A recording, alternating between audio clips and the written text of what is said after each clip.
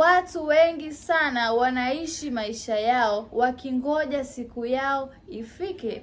Wanangoja siku ambayo watu watawaona, wanangoja siku ambayo milango itafunguka, wanangoja siku ambayo bahati itawaangukia.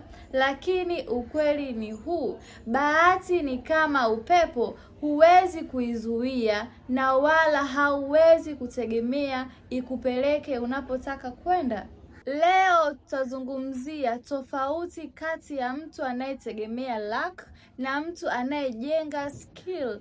Kama unahisi umekwama sehemu moja kwa muda mrefu, sio kwamba wewe una bahati mbaya, bali ni kwamba hautaki kujijenga maarifa, hautaki kujifunza skill mpya.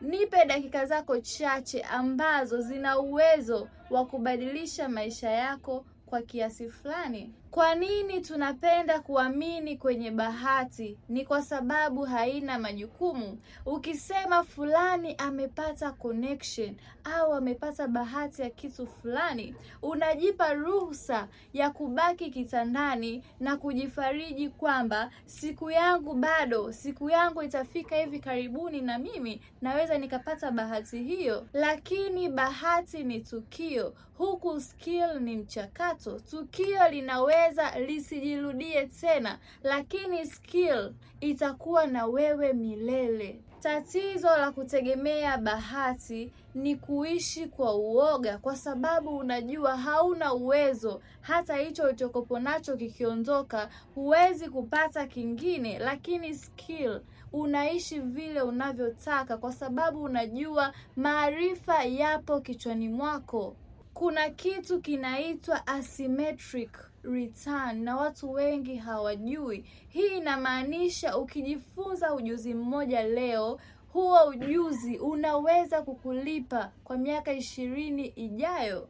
Hebu fikiria, bahati inaweza kukupa kazi nzuri ndio, lakini skill ulionayo ndiyo itafanya upandishe kampuni hiyo thamani na uwe tishio. Na hapo ndipo watu wengi wanapokwama, wanashindwa kujenga skill kwa sababu hawataki kuonekana hawajui. Tunajizuia wenyewe kwa mawazo yetu ya kuonekana small. Kumbuka, skill ndo ulinzi pekee kwenye uchumi huu ambao unaobadilika kila siku, kwa sababu ukiwa na ujuzi wa kitu fulani unaweza kuacha kazi na kupata kazi nyingine kiurahisi kabisa. Leo nitakupa hatua 3 za kuanza nazo, sio kwa miujiza, inakubidi uzifuate. Namba 1, jua nini unataka ujifunze. Usijifunze kila kitu, jifunze kitu ambacho kwako wewe ni chepesi na unaweza kujifunza kwa urahisi na pia unapenda kukifanya. Hiyo itakuwa na urahisi wewe kukijua hicho kitu na uweze kufundisha na wengine. Namba 2, deep work. Hiyo skill moja uliochagua, jiwekee hivi masaa 2 bila distraction, bila watu pembeni, bila kuwasha TV, simu yako weka chumba kingine. Soma, jifunze. Sio siku moja tu utaweza kuwa bora, jifunze mpaka uwe bora. Yaani uwe unajua hicho kitu vizuri. Hiyo ndio inaitwa skill. Namba 3, the feedback loop.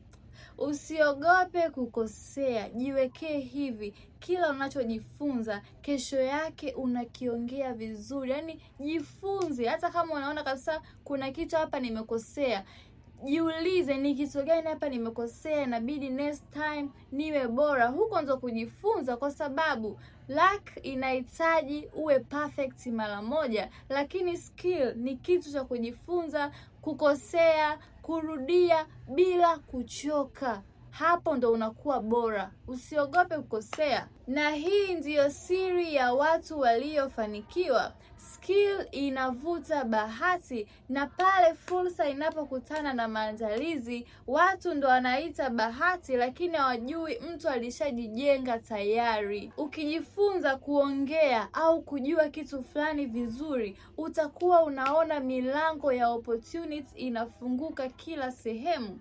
Hiyo siyo bahati ya bure, hiyo ni wewe umejifunza kuweka thamani kwenye maisha yako, na dunia haiwezi kukupuuza, kwa sababu ukiongeza skill unapanua eneo la bahati kwenye maisha yako. Usikubali kuzuiliwa na mawazo yako, na usikubali kubaki hapo ulipo kwa sababu tu unaogopa kuonekana kama mwanafunzi.